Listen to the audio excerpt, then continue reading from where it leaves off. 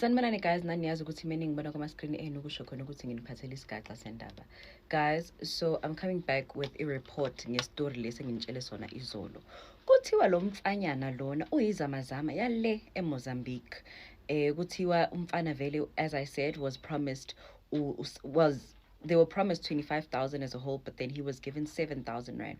Kuthiwa uthunyelwe none other than uVictor Majola.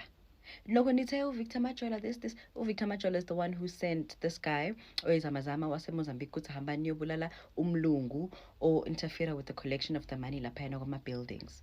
Hayi kuthiwa ke umfana uboshiwe ke manje because he confessed, and then the other one has not been arrested yet, the other guy that helped him. Kuthiwa umfana after shooting DJ Waresi, he went back to the scene to eseshintshile manje sefaka ama-overall ukuthi ehambe yo-check ukuthi ngempela umsebenzi lo abamthume wona wenzekile yini, ushonile yini DJ Waresi.